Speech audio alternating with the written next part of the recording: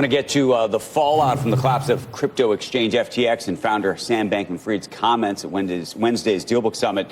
Stablecoins have also experienced a significant risk. According to the Wall Street Journal, the stablecoin Tether has been lending its own coins to customers rather than selling them directly up front. Joining us right now is Reeve Collins. He's the co-founder of the stablecoin Tether. Reeve, we appreciate you joining us. There are just so many questions that are being raised in the aftermath of the failure of FTX. I want to get your views first on that, and then I want to get to some of the questions around stablecoins themselves.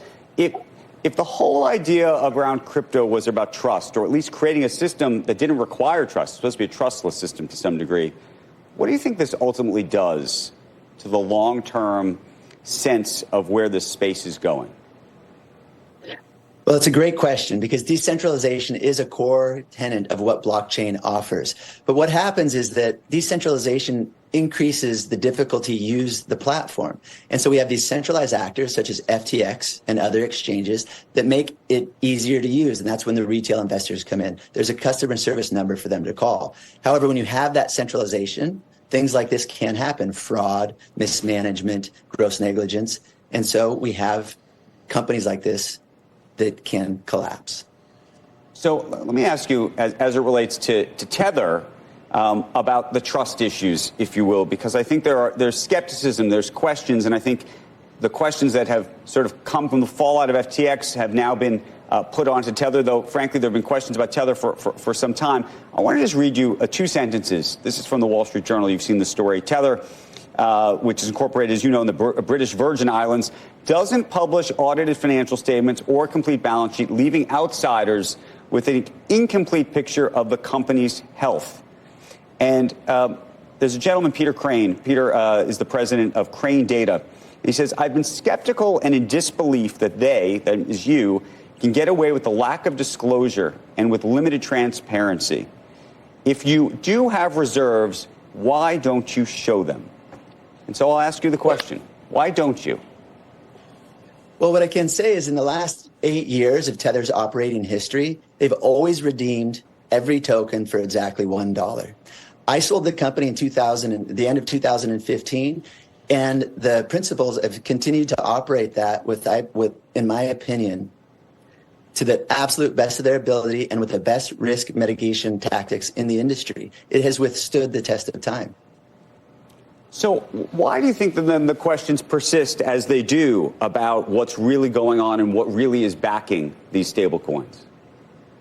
Well, Tether does offer on its website proof of its reserves, or actually audits. Every few months they post different audits on where all that cash is currently how it's being invested.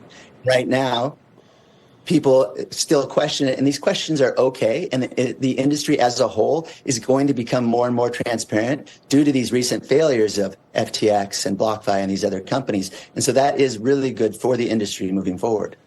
So you think actually stablecoin, or rather I should say Tether, will ultimately be forced to disclose exactly what backs these coins? Well, we'll see how these regulations play out. Right now, with the Republicans controlling the House, it's going to take a while for any regulations to really come to bear. However, our industry has done an excellent job in self-policing. More and more people are putting more awareness around how to do that. CZ from Binance is actually starting a fund and also really leading the charge in what it looks like to offer up proof of reserves and other programs to make customers and retail investors more comfortable. I want to go back to the idea you just said you think the industry is great at self-policing. We've had a whole number of failures, even in the last 2 weeks, and obviously the blow-up of FTX is the big headline. You think that the industry's done a great job of self-policing? I mean, I think about all the venture capitalists big-name venture capitalists who put money in. I don't think they did any real self-policing. Arguably, you're right. CZ might have policed this a little bit. Frankly, I think the press did a pretty good job in the context of CoinDesk, which was the one that broke that story. Yeah, no, it's an excellent point. The crypto industry doesn't have a government or anyone else to bail it out. So in order for it to survive long term, it does need to do an excellent job of self-policing. And that's what these things bring to the table. That we're going to, as an industry, have to come together and do a better job to provide consumers the confidence that they need. And to do that in the future, it will lead to more decentralization, meaning less trust in these centralized actors that are running these companies, because it's going to be done in code versus by the responsibility of a centralized organization. So do you think long-term these exchanges, and I'm thinking obviously FTX was one of them, Binance is another, Coinbase is obviously a publicly traded company here in the United States, and as a result, I think is probably the most regulated of that group.